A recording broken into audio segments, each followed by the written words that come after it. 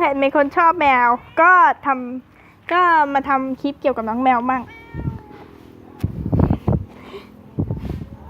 จีไม่ต้องจีน่าสวัสดีชาวบ้านเขาหน่อยสวัสดีหน่อยพูดสวัสดีหน่อยสวัสดีท้ายหนมไม่พูดแมวตัวเดียวในบ้านนี้แมวตัวเดียวจะมีลูกจะมีน้องแมวน้อยน่ารักมาละแมวตัวนี้แมวตัวเดียวในบ้านดูซิว่าจะเป็นบุญรอดกับบุญรวยอีกหรือไม่แล้วขอรำด้วยแบ็คแอนด์ไวท์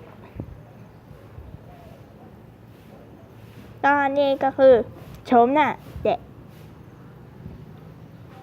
นาราซึ่งจะเป็นตัวเบียร์หรือตัวผู้หมดหรือไม่มาชมกันก็จบคลิปแล้วตะไกวเดี๋ยวจะ